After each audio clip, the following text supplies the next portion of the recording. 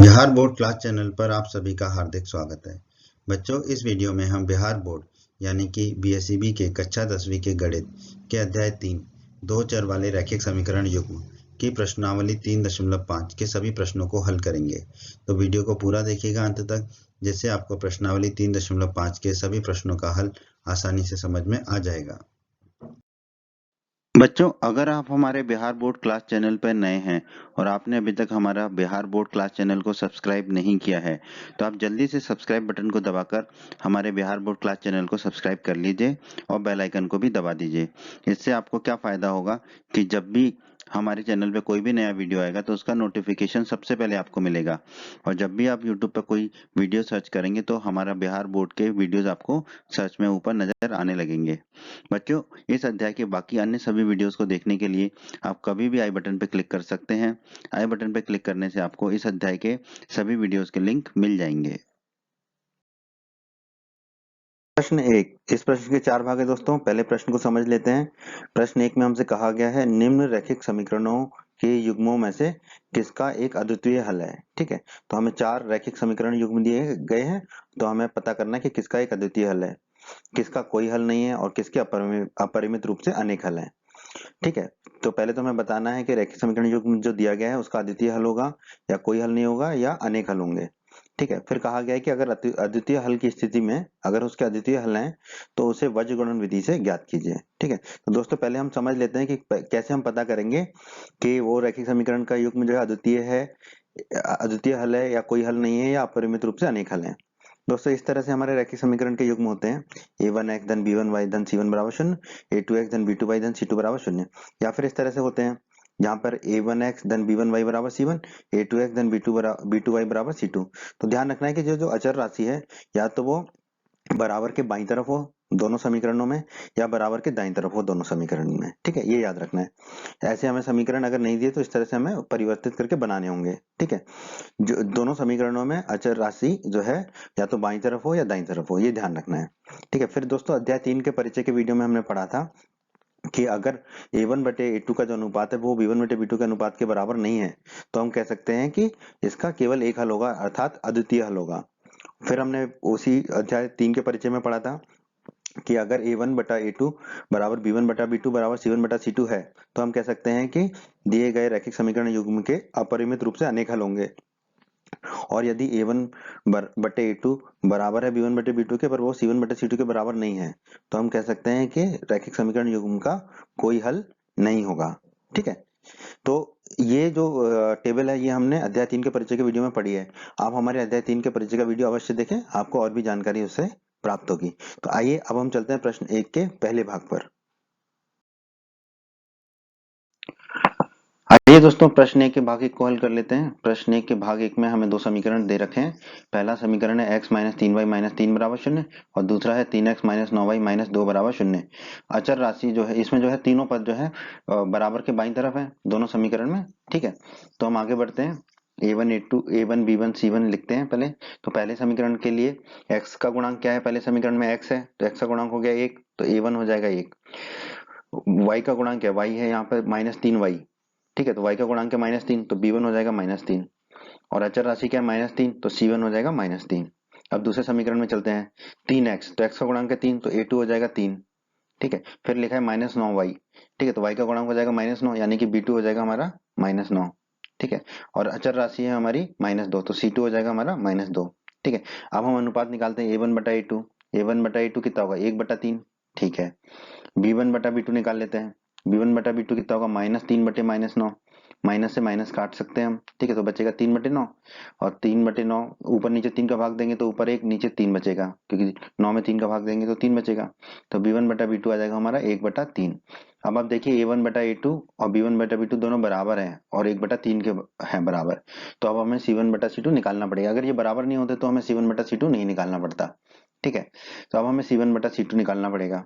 c1 बटा c2 कितना होगा, -3 बटे -2, माइनस से माइनस कट जाएगा तो c1 बटा c2 आएगा 3/2। तो अब कुछ नहीं कट सकता c1 बटा c2 में।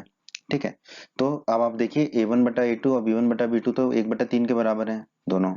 ठीक है, परंतु c1 बटा c2 है 3/2, तो c1 बटा c2 के बराबर नहीं है ये। तो हम कह सकते हैं कि a1 बटा a2 जो है वो b1 बटा b2 के बराबर तो है, पर वो C1 बटा C2 के बराबर नहीं है। तो जैसा कि अभी हमने प्रश्न के शुरुआत में ही देखा था, अगर ऐसी स्थिति आती है तो हम कह सकते हैं रैखिक समीकरण युग्म का कोई हल नहीं होगा। ठीक है, कोई हल नहीं होगा तो हमें हल निकालना भी नहीं है। हमें हल कब निकालना है?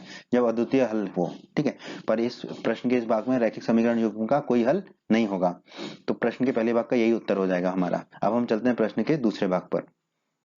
प्रश्न 1 भाग 2। भाग 2 में हमें समीकरण दे रखा है 2x धन y बराबर 5 और 3x धन 2y बराबर 8। अब देखिए अचर राशि दोनों में जो है दाईं तरफ है और बाकी x और y के पद बाईं तरफ है। ठीक है, तो हम आगे बढ़ते हैं। पहले समीकरण में क्या है? 2x, तो x का गुणांक है 2, तो a1 हो जाएगा 2।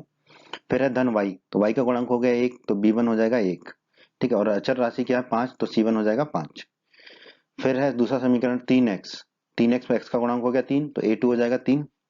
ठीक है, धन 2y, ठीक है, तो y का गुणांक है 2, तो b2 हो जाएगा 2 बराबर 8। अचर राशि 8, तो C2 हो जाएगा 8। ठीक है, अब हम अनुपात निकाल लेते हैं। A1 बटा A2 कितना हो जाएगा? 2/3। ठीक है, कुछ कट नहीं सकता तो ये 2/3 ही रहेगा। B1 बटा B2 कितना हो जाएगा? 1/2। अब आप देखिए 2/3 और 1/2 तो बराबर है नहीं आपस में, तो हम कह सकते हैं फिर अब हमें C1 बटा C2 निकालने की आवश्यकता ही नहीं है, क्योंकि A1 बटा A2 जो है B1 बटा B2 के बराबर आया नहीं। और अगर A1 बटा A2 B1 बटा B2 के बराबर नहीं है तो हमने प्रश्न के शुरुआत में ही पढ़ा था, ऐसी स्थिति में जो है रैखिक समीकरण युग्म का जो है एक अद्वितीय हल होगा। ठीक है, जब भी A1 बटा A2 B1 बटा B2 के बराबर ना हो तो रैखिक समीकरण युग्म का एक अद्वितीय हल होता है। ठीक है, तो एक तो ये उत्तर हो गया हमारा। और प्रश्न में कहा गया है कि अगर अद्वितीय हल की स्थिति है तो उसे वज्रगुणन विधि से ज्ञात कीजिए। तो हम प्रश्न के दूसरे भाग को अब वज्रगुणन विधि से इसके हल ज्ञात करेंगे। तो आइए दोस्तों, प्रश्न 1 के भाग 2 का जो है अद्वितीय हल है, तो इस स्थिति में हमें अब वज्रगुणन विधि से इसका हल ज्ञात करना है। ठीक है, वज्रगुणन विधि से हल ज्ञात करने के लिए दोस्तों पहले हमें जो रैखिक समीकरण है, दोनों रैखिक समीकरण, उनको बराबर शून्य के रूप में लिखना होता है। ठीक है, तो हमें क्या करना होगा? पहले समीकरण में 5 को बाईं तरफ लाएंगे तो ऋण का 5 हो जाएगा, तो ये हो जाएगा 2x धन y ऋण 5 बराबर 0। ठीक है, यही काम हमें दूसरे समीकरण में करना होगा, तो 8 को बाईं तरफ लाना पड़ेगा। 3x धन 2y माइनस 8 बराबर 0। मतलब कि जितने भी पद है उनको बाईं तरफ रखना है, दाईं तरफ सिर्फ शून्य होगा दोनों समीकरण में। दाईं तरफ सिर्फ शून्य होगा और बाईं तरफ सारे पद होंगे। ठीक है, अब हम देख लेते हैं पहले समीकरण में x का गुणांक कितना है? 2x, तो 2 है तो a1 हो गया 2। धन y का गुणांक कितना है? 1, तो b1 हो जाएगा 1। अब अचर राशि कितनी दिख रही है यहाँ पे? -5, तो c1 हो जाएगा -5। ठीक है, ये याद रखिए। फिर दूसरे समीकरण में 3x, तो x का गुणांक है 3, तो a2 हो जाएगा 3। धन 2y, ठीक है, तो y का गुणांक है 2, तो b2 हो जाएगा हमारा 2। ठीक है, ऋण 8। ठीक है, तो अचर राशि है ऋण के 8, तो C2 हो जाएगा ऋण का 8। ठीक है, अब दोस्तों अध्याय 3 के परिचय के वीडियो में हमने पढ़ा था कि जो वज्रगुणन विधि है उसका सूत्र ये होता है। ठीक है, जो मैंने आपसे कहा था आप याद कर लो। x के बट्टे में होता है b1c2 माइनस b2c1, y में होता है बट्टे में c1a2 माइनस c2a1 और 1 के बट्टे में होता है a1b2 माइनस a2b1। ठीक है, अब हम मान रख देते हैं। ठीक है, अब आप देखिए x के बट्टे में क्या है? b1c2, b1 है 1 और c2 है -8, तो हमने लिख दिया 1 गुणा -8। फिर है माइनस का चिन्ह, तो हमने माइनस का चिन्ह लगा दिया। फिर है b2c1, b2 है 2, c1 है -5, तो 2 गुणा -5 लिख दिया। अब हम आगे बढ़ते हैं y बटे। ठीक है, तो y बटे में क्या है? c1a2, c1 है -5, तो हमने -5 लिख दिया। a2 है 3, तो हमने 3 लिख दिया। माइनस का चिन्ह है तो माइनस का चिन्ह लगा दिया। फिर है c2a1, c2 है हमारा -8, तो हमने -8 लिख दिया। a1 है 2, तो हमने 2 लिख दिया। ठीक है, अब 1 के बट्टे में चलते हैं। ठीक है, 1 के बट्टे में क्या है हमारा? a1b2, a1 है 2, b2 है 2, तो हमने लिख दिया 2 गुणा 2। माइनस है तो माइनस का चिन्ह लगा दिया। फिर है a2b1, a2 है 3, b1 है 1, तो हमने लिख दिया 3 गुणा 1। ठीक है, अब हम जो 1 बटे में है उसको थोड़ा सा हल कर लेते हैं। 1 के बट्टे में जो है, ठीक है, 2 गुणा 2 कितना होगा? 4, और 3 गुणा 1 होगा 3, तो 1 बट्टे क्या हो जाएगा? 4 माइनस 3, 2 गुणा 2 4 हो जाएगा। 2 गुणा 2 4 हो गया और 3 गुणा 1 3 हो गया। ये होगा 1/4 माइनस 3। 4 में से 3 जाएगा तो कितना बचेगा? 1, तो ये हो जाएगा 1/1, 1/1 होता है 1। ठीक है, इसको हमने थोड़ा सरल कर लिया। अब हम इनको भी सरल कर लेंगे जो x के बटे में है, y के बटे में है। ठीक है, अब आप देखिए x के बटे में क्या है? 1 गुणा -8, तो कितना हो जाएगा? -8। और ये -2 गुणा -5 कितना हो जाएगा? धन के 10। ठीक है, क्योंकि माइनस से माइनस कटेगा और 2 पंजे 10 होता है। ठीक है, उस तरह y में देखिए, y बटे क्या है? -5 गुणा 3, -5 गुणा 3 कितना हो जाएगा? -15। और ये है माइनस गुणा -8 गुणा 2, तो माइनस से माइनस कटेगा। 8 गुणा 2 कितना होगा? 16, तो ये हो जाएगा धन के 16 बराबर 1। अब इसको और हल कर लेते हैं, तो x बटे 10, ये 10 है, ये -8 है, तो 10 में से 8 जाएंगे तो बचेंगे 2, तो ये हो जाएगा x बटे 2। उसी प्रकार y में ये 16 है धन का, ये 15 है ऋण का, तो 16 में से 15 जाएगा तो 1 बचेगा, तो ये हो जाएगा y बटा 1, बराबर में 1 है ही, तो बराबर में 1 आ गया। अब हम क्या करेंगे, जो x बटे 2 है उसको 1 के बराबर रख देंगे एक बार, x बटे 2 को 1 के बराबर रख देंगे, तो 2 दाईं तरफ जाएगा तो ऊपर चला जाएगा, तो x बराबर हमारा आ गया 2। अब क्या करेंगे, y बटा 1 है उसको भी 1 के बराबर कर देंगे, y बटा 1 को 1 के बराबर कर देंगे, y बटा 1 तो y ही होता है, तो y बराबर हमारा कितना हो जाएगा 1, ठीक है। x और y के मान ज्ञात हो गए, तो ये आ गया हमारा हल, ठीक है। इस तरह से हमने प्रश्न 1 के भाग 2 को हल कर दिया। प्रश्न 1 भाग 3, इसमें भी हमें दो समीकरण दिए हैं, दोनों समीकरणों में जो अचर राशि है वो बराबर के दाईं तरफ है, ठीक है। तो हम आगे बढ़ते हैं। पहला समीकरण है 3x माइनस 5y बराबर 20, दूसरा है 6x माइनस 10y बराबर 40। तो पहले समीकरण क्या है का x का गुणांक क्या है 3x, तो a1 हो जाएगा हमारा 3, फिर है माइनस 5y यानी कि y का गुणांक है -5, तो b1 हो जाएगा -5 बराबर 20, अचर राशि है 20 तो c1 हो जाएगा 20। दूसरे समीकरण में देख लेते हैं 6x, तो x का गुणांक कितना है 6, तो a2 हो जाएगा हमारा 6 माइनस 10y, तो y का गुणांक है -10, तो b2 हो जाएगा -10 बराबर 40, तो अचर राशि है 40 तो c2 हो जाएगा 40, ठीक है। अब हम निकालते हैं a1 बटा a2, a1 बटा a2 कितना होगा 3 बटा 6, ठीक है। ऊपर नीचे 3 का भाग जाएगा तो ऊपर बचेगा 1, नीचे बचेगा 2, तो a1 बटा a2 आ गया हमारा 1 बटा 2, ठीक है। अब नहीं कट सकता आगे ये। अब b1 बटा b2 निकाल लेते हैं, b1 बटा b2 कितना होगा -5 बटे -10, अब माइनस से माइनस काट देंगे और 5 का भाग देंगे ऊपर नीचे, तो ऊपर बचेगा 1, नीचे बचेगा 2, तो b1 बटा b2 भी आ जाएगा 1 बटा 2। अब आप देखिए a1 बटा a2 और b1 बटा b2 दोनों ही 1 बटा 2 आ गए हैं, तो हमें c1 बटा c2 निकालना पड़ेगा। c1 बटा c2 कितना होगा 20 बटे 40, ऊपर और नीचे 20 का भाग देंगे तो ऊपर बचेगा 1, नीचे बचेगा 2, तो c1 बटा c2 भी हमारा आ गया 1 बटा 2। तो a1 बटा a2, b1 बटा b2 और c1 बटा c2 तीनों 1 बटा 2 आ गए, तो हमने लिख दिया a1 बटा a2 बराबर b1 बटा b2 बराबर c1 बटा c2। और दोस्तों हम जानते हैं, हमने इस प्रश्न के शुरुआत में ही पढ़ा था कि अगर ये तीनों बराबर है अनुपात, तो रैखिक समीकरण युग्म के क्या होंगे, अपरिमित रूप से अनेक हल होंगे। तो हमारे प्रश्न के इस भाग का ये उत्तर है कि अपरिमित रूप से अनेक हल होंगे। अगर अद्वितीय हल होता तो हम उस हल को निकालते वज्रगुणन विधि से, पर अपरिमित रूप से अनेक हल होंगे, यही उत्तर होगा प्रश्न के इस भाग का। अब हम चलते हैं प्रश्न के चौथे भाग में। एक भाग 4, प्रश्न 1 के भाग 4 में हमें दो समीकरण दिए हैं, x माइनस 3y माइनस 7 बराबर 0 और 3x माइनस 3y माइनस 15 बराबर 0, ठीक है। दोनों में ही जो अचर राशि है वो बाईं तरफ है बराबर के, ठीक है। तो अब हम शुरू करते हैं। समीकरण 1 क्या है x माइनस, तो x का गुणांक क्या है 1, तो a1 हो जाएगा 1 माइनस 3y, ठीक है। तो y का गुणांक कितना -3, तो b1 हो जाएगा -3 माइनस 7, अचर राशि है -7 तो c1 हो जाएगा -7, ठीक है। अब दूसरे समीकरण में है 3x, तो x का गुणांक है 3, तो a2 हो जाएगा 3, ठीक है। -3y, तो y का गुणांक कितना -3, तो b2 हो जाएगा हमारा -3 -15, तो c2 अचर राशि है -15 तो c2 हो जाएगा -15। अब हम निकालते हैं a1 बटा a2, तो a1 बटा a2 कितना हो जाएगा 1 बटा 3, ये और कट नहीं सकता तो ये 1 बटा 3 ही रहेगा। अब b1 बटा b2 निकाल लेते हैं हम, b1 बटा b2 कितना होगा -3 बटा -3, माइनस से माइनस कटेगा और 3 से 3 कटेगा, तो b1 बटा b2 आ जाएगा 1 बटा 1। अब आप देखिए एक a1 बटा a2 1 बटा 3 और b1 बटा b2 है 1 बटा 1, तो ये बराबर नहीं है, तो अब हमें c1 बटा c2 निकालने की आवश्यकता नहीं है, हम सीधा कह देंगे a1 बटा a2 बराबर नहीं है b1 बटा b2 के।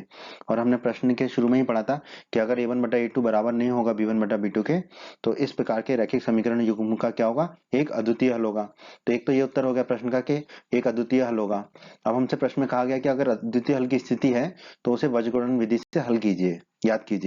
तो अब हम इसके हल जो है वज्रगुणन विधि से ज्ञात कर लेते हैं प्रश्न के चौथे भाग का। इस भाग का चौथे भाग का जो है हमें अद्वितीय हल प्राप्त हुआ, ठीक है। तो वो अद्वितीय हल हमें निकालना है। तो जो हमारे समीकरण है दोनों, वो दोनों बराबर जीरो करके लिखे हैं, तो समीकरण में कुछ बदलाव करने की आवश्यकता नहीं है, ठीक है। तो a1 b1 और c1 निकाल लेते हैं, ठीक है। x है तो x का गुणांक 1 है तो a1 हो जाएगा 1, फिर है -3y, तो y का गुणांक है -3 तो b1 हो जाएगा -3, फिर है -7 तो अचर राशि है -7 तो c1 हो जाएगा -7। समीकरण 2 में चलते हैं, 3x है, ठीक है। x का गुणांक है 3 तो a2 हो जाएगा 3, -3y है, y का गुणांक है -3 तो b2 हो जाएगा -3, ठीक है। और अचर राशि है -15 तो c2 हो जाएगा -15, ठीक है। अब दोस्तों हमने अध्याय 3 के परिचय के वीडियो में पढ़ा था, ठीक है, कि वज्रगुणन विधि में जो सूत्र होता है वो क्या होता है, x बटे b1 c2 minus b2 c1 बराबर y बटे c1 a2 minus c2 a1 बराबर 1 बटा a1 b2 minus a2 b1, ठीक है।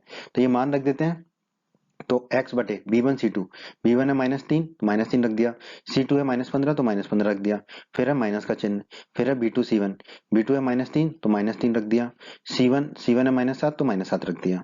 अब चलते हैं y बटे में, y के बटे में c1a2, ठीक है, c1 है हमारा -7 तो -7 रख दिया, a2 है हमारा 3 तो 3 रख दिया, फिर माइनस का चिन्ह है तो माइनस का चिन्ह लगा दिया, फिर है c2a1, c2 है -15 तो -15 लिख दिया, a1 है 1 तो 1 लिख दिया। अब चलते हैं 1 के बटे में, ठीक है, 1 के बटे में क्या है, a1 b2, a1 है 1 b2 है -3 तो 1 गुणा -3 लिख दिया, फिर माइनस का चिन्ह है तो माइनस का चिन्ह लगा दिया, फिर है a2 b1, a2 है 3 और b1 है -3 तो 3 गुणा -3 कर दिया। ठीक है, अब हल कर लेते हैं सबको, x के बटे को देख लेते हैं, -3 गुणा -15 कितना होगा, 45।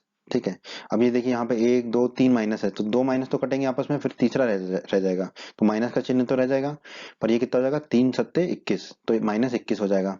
y के बटे में चलते हैं, -7 गुणा 3 कितना होगा, -21, 7 या 21, फिर ये माइनस से माइनस कट जाएगा और 15 गुणा 1 हो जाएगा 15, तो ये हो जाएगा धन के 15 बराबर 1 के बटे में चलते हैं, 1 गुणा -3 हो जाएगा -3 और ये है -3 गुणा -3 हो जाएगा धन के 9, 3 दिया 9। ठीक है, अब 45 में से 21 जाएगा तो कितना बचेगा हमारा 24, तो x बटे आ जाएगा हमारा 24।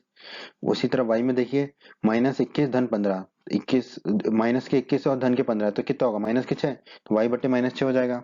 1 के बटे में देख लेते हैं, -3 धन 9, 9 में से 3 जाएगा तो बचेगा 6। ठीक है, अब x बटा 24 को हम 1 बटा 6 के बराबर रख लेते हैं। ठीक है, x बटा 24 को रख लिया 1 बटा 6 के बराबर। ठीक है, तो x कितना हो जाएगा हमारा 24 बटा 6, 24 में 6 का भाग देंगे तो x हमारा आ जाएगा 4। ठीक है, अब हम क्या करेंगे, y बटे -6 को 1 बटा 6 के बराबर रख लेंगे, y बटा -6 को 1 बटा -6 के बराबर रख लिया, -6 को दाईं तरफ ले जाएंगे तो ऊपर चला जाएगा तो y आ जाएगा -6 बटा 6। ठीक है, 6 में 6 का भाग जाएगा तो 1 बचेगा तो y बराबर आ जाएगा हमारा -1। ठीक है, तो x बराबर 4 आ गया, y बराबर -1 आ गया। यही हमारा हल है प्रश्न के इस भाग का।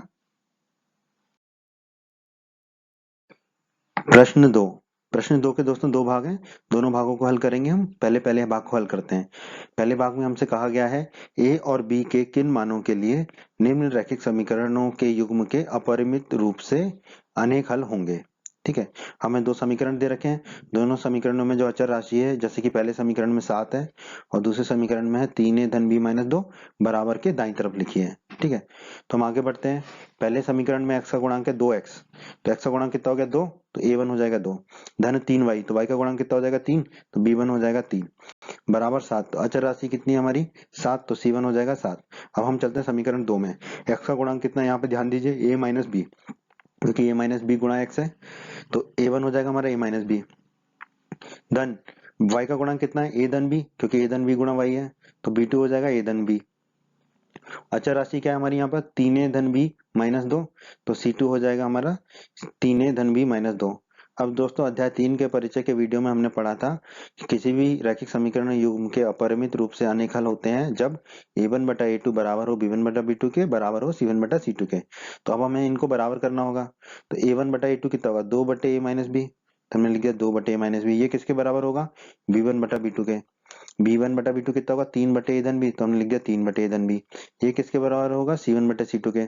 c1 बटा c2 कितना होगा 7 बटे 3a धन b माइनस 2, तो हमने लिख दिया 7 बटे 3a धन b माइनस 2। अब हम क्या करेंगे, 2 बटे a माइनस b को बराबर कर देंगे 3 बटा a धन b के, जो कि बराबर है, तो हमने लिख दिया 2 बटा a माइनस बी बराबर 3 बटा a धन b।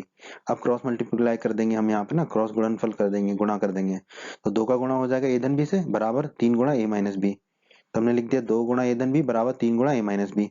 कोष्टक खोल लेते हैं, 2 गुणा ए हो जाएगा 2a धन 2 गुणा बी हो जाएगा 2b, तो ये हो गया 2a धन 2b। दाईं तरफ चलते हैं, 3 गुणा ए हो जाएगा 3a, 3 गुणा माइनस बी हो जाएगा -3b। अब ए के पदों को बाईं तरफ ले लेते हैं और बी के पदों को दाईं तरफ ले लेते हैं। ठीक है, तो 2a तो लिखा ही है। ठीक है, अब ये जो 3a है इसको बाईं तरफ ले जाएंगे तो माइनस का 3a हो गया, उसी प्रकार दाईं तरफ -3b तो लिखा ही है, 2b को दाईं तरफ लेके जाएंगे तो -2b हो जाएगा। ठीक है, अब 2a में से 3a जाएगा तो कितना बचेगा माइनस का a, और -3b -2b कितना हो जाएगा -5b। ठीक है, माइनस से माइनस को काट देंगे तो a बराबर हमारा आ जाएगा 5b, a बराबर हमारा आ गया 5b, इसे हम मान लेते हैं समीकरण 1। तो हम हमने समीकरण एक लिख लिया, a बराबर 5b, ठीक है। और ये जो हमने निकाला था 2 बटे a माइनस बी बराबर 3 बटे a धन b बराबर 7 बटे 3 a धन b माइनस 2, तो इसमें से 2 बटे a माइनस बी बराबर 3 बटे a धन b तो हम हल कर चुके हैं। अब हम कोई भी दो ले लेते हैं, मतलब ना आखिरी वाला तो हमें लेना ही पड़ेगा, 7 बटे 3 a धन b। और पहले और दूसरे में से कोई भी ले लेते हैं, तो हम ले रहे हैं 3 बटे a धन b, ये दूसरा वाला 3 बटे a धन b बराबर 7 बटे 3 a धन b माइनस 2, ठीक है। ये हम लेके चल रहे हैं। अब यहाँ पे भी क्रॉस में गुणा करना पड़ेगा, ठीक है। तो 3 गुणा हो जाएगा हमारा 3 a धन b माइनस 2, तो 3 गुणा 3 a धन b माइनस 2 बराबर 7 गुणा कितना होगा a धन b, 7 गुणा a धन b। अब कोष्टक खोल लेते हैं, 3 गुणा 3 a हो जाएगा 9 a धन 3 गुणा b हो जाएगा 3b, और 3 गुणा माइनस 2 हो जाएगा माइनस 6 बराबर 7 गुणा a 7 a धन 7 गुणा b 7b, ठीक है। अब हम क्या करेंगे, जितने भी a और b के पद हैं उनको एक तरफ ले जाएंगे और अचर राशि को दाईं तरफ ले आते हैं। तो 9a धन 3b तो लिखा ही है, 7a धन 7b को हम बाईं तरफ ले आएंगे तो ऋण के हो जाएंगे दोनों। तो ये हो गया 9a धन 3b तो लिखा ही है, माइनस 7a माइनस 7b, और ये माइनस का जो 6 है उसको दाईं तरफ ले जाएंगे तो ये हो गया धन का 6, ठीक है। अब जो कटता है वो काट लेते हैं, 9a में से 7a जाएगा तो कितना बचेगा हमारा 2a। उसी प्रकार माइनस 7b है और 3b है तो ये हो जाएगा माइनस 4b बराबर 6, ठीक है। अब समीकरण एक में a बराबर कितना है 5b, तो यहाँ पर हम a बराबर 5b रख देते हैं समीकरण एक से। तो क्या हो जाएगा, 2 गुणा a था तो 2 गुणा 5b हो जाएगा माइनस 4b बराबर 6, ठीक है। 2 गुणा 5b कितना हो जाएगा 10b, तो 10b माइनस 4b बराबर 6, 10b में से 4b जाएंगे तो कितने बचेंगे हमारे 6b, 6b बराबर 6। अब ये 6 दाईं तरफ जाएगा तो बटे में हो जाएगा, तो b बराबर हो जाएगा 6 बटे 6, 6 बटे 6 कितना होगा, 6 में से 6 जाएगा तो b बराबर 1 आ गया हमारा, ठीक है। हमें a और b के मान ज्ञात करने थे तो b बराबर 1 आ गया। अब ये b बराबर 1 का मान हम रख देंगे समीकरण एक में, a बराबर 5b, b बराबर 1 का मान समीकरण एक में रख देते हैं, समीकरण एक है हमारा a बराबर 5b, ठीक है। तो a बराबर हो जाएगा 5 गुणा 1, तो a बराबर कितना आ जाएगा, 5 गुणा 1 होता है 5, तो a बराबर आ गया हमारा 5, तो ये हमारा उत्तर होगा a बराबर 5 और b बराबर 1। अब हम हल करते हैं प्रश्न के दूसरे भाग के, प्रश्न 2 के दूसरे भाग को। तो भाग 2, ठीक है। यहाँ पे हमें बोला गया है के किस मान के लिए निम्न रैखिक समीकरणों के युग्म का कोई हल नहीं है। हमें दो समीकरण दे रखे हैं, 3x धन y बराबर 1 और दूसरा है 2k माइनस 1 गुणा x धन k माइनस 1 गुणा y बराबर 2k धन 1, ठीक है। तो पहले तो हम देख लेते हैं कि जो अचर राशि है वो दोनों समीकरणों में दाईं तरफ है, पहले में है 1 और दूसरे में है 2k धन 1, ठीक है। अचर राशि क्या होती है, जिसमें कोई चर ना हो, x y इत्यादि, ठीक है। तो दोनों समीकरणों के लिए पहले तो हम a1 b1 c1 ज्ञात कर लेते हैं, a2 b2 c2। तो पहला समीकरण 3x, x का गुणांक है 3 तो a1 हो जाएगा 3 धन y, तो y का गुणांक हो गया 1 तो b1 हो जाएगा हमारा 1 बराबर 1, अचर राशि है 1 तो c1 हो जाएगा 1, ठीक है। अब दूसरे समीकरण पे जाते हैं, x का गुणा किससे हो रहा है 2 के माइनस 1 से, तो a2 हो जाएगा 2 के माइनस 1, y का गुणा किससे हो रहा है k माइनस 1 से, तो b2 हो जाएगा k माइनस 1, और अचर राशि क्या है 2 के धन 1 तो C2 हो जाएगा हमारा 2 के धन 1। अब दोस्तों अध्याय 3 के परिचय के वीडियो में हमने पढ़ा था कि रैखिक समीकरण युग्म का कोई हल कब नहीं होता है, जब a1 बटा a2 बराबर हो b1 बटा b2 के, परंतु वो c1 बटा c2 के बराबर ना हो, ठीक है। तो हम यहाँ लिख लेते हैं a1 बटा a2 कितना होगा 3 बटा 2 के माइनस 1, तो हमने लिख दिया 3 बटा 2 के माइनस 1 बराबर कितना होना चाहिए b1 बटा b2, b1 बटा b2 कितना होगा 1 बटा k माइनस 1, तो 1 बटा k माइनस 1 लिख दिया। और ये बराबर नहीं होना चाहिए c1 बटा c2 के, c1 बटा c2 कितना होगा 1 बटा 2 के धन 1, 1 बटा 2 के धन 1, तो जो बराबर है उसको हम लिख लेते हैं पहले। तो बराबर क्या है 3 बटा 2 के माइनस 1 बराबर 1 बटा k माइनस 1, क्रॉस में गुणा करते हैं, ठीक है। तो 3 का गुणा होगा k माइनस 1 से, 3 का गुणा होगा k माइनस 1 से बराबर 1 का गुणा होगा 2 के माइनस 1 का 1 से, तो 1 का गुणा हो गया 2 के माइनस 1 से। अब कोष्टक खोल लेते हैं, 3 गुणा के कितना होगा 3 के, ठीक है, माइनस फिर 3 गुणा माइनस 1 होगा माइनस 3 बराबर दाईं तरफ 1 का गुणा करेंगे 2 के माइनस 1 से तो 2 के माइनस 1 ही आएगा, ठीक है। अब ये जो 2 के है उसको हम बाईं तरफ ले आएंगे तो माइनस के 2 के हो जाएगा, तो ये हो जाएगा 3 के माइनस 2 के, और ये जो माइनस का 3 है उसे दाईं तरफ ले आएंगे तो ये धन का 3 हो जाएगा, तो दाईं तरफ होगा माइनस 1 धन 3, 3 के में से 2 के जाएगा तो बचेगा के, ठीक है। और 3 और माइनस 1 कितना हो जाएगा 2, 3 में से 1 जाएगा तो बचेगा, तो के का मान आ गया हमारा 2, तो ये तो हमारा उत्तर हो गया, ठीक है, के बराबर 2। पर हम इसको चेक भी कर लेते हैं कि C1 बटा C2 के बराबर नहीं होना चाहिए, तो ये जो तीनों चीज है हमारी, ठीक है, इसको हम देख लेते हैं कि ये संतुष्ट हो भी रही है कि नहीं, के बराबर 2 से, तो के का मान 2 रख देंगे यहाँ पर, ठीक है।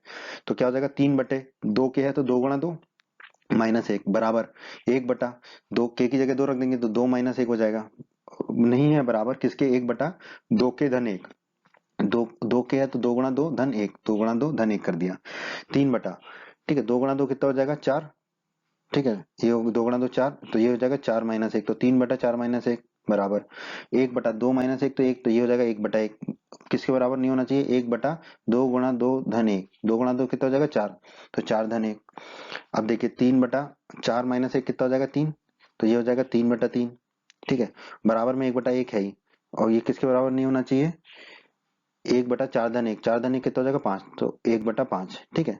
तो अब आप देखिए तीन बटा तीन कितना हो जाएगा, एक बटा एक, बराबर है एक बटा एक के, नहीं है बराबर एक बटा पांच के, ठीक है। तो के बराबर दो संतुष्ट कर रहा है हमारे इस अनुपात को, ए वन बटा ए टू बराबर है बी वन बटा बी टू के, परंतु वो बराबर नहीं है सी वन बटा सी टू के, तो इसका कोई हल नहीं होगा। तो के बराबर जो दो जो उत्तर आया है वो हमारा सही उत्तर है, तो हमारा उत्तर है के बराबर दो। प्रश्न तीन में दोस्तों हमसे कहा गया है निम्न रैखिक समीकरणों के युग्म को प्रतिस्थापन एवं वज्र गुणन विधियों से हल कीजिए, किस विधि को आप अधिक उपयुक्त मानते हैं, ठीक है। तो हमें दो रैखिक समीकरण दे रखे हैं, पहले हमें उसे प्रतिस्थापन विधि से हल करना है, फिर वज्र गुणन विधि से हल करना है, ठीक है। फिर हमें देखना है कि कौन सा विधि अधिक उपयुक्त है, ठीक है, ये हमारे ऊपर है कि हमें कौन सी अधिक उपयुक्त लगती है। तो आइए पहले हम समीकरण एक को लिख लेते हैं, समीकरण एक है आठ एक्स धन पांच वाई बराबर नौ, इसे हम मान लेते हैं समीकरण एक, ठीक है। दूसरा समीकरण है तीन एक्स धन दो वाई बराबर चार, इसको हम मान लेते हैं समीकरण दो, तीन एक्स धन दो वाई बराबर चार को हमने मान लिया समीकरण दो।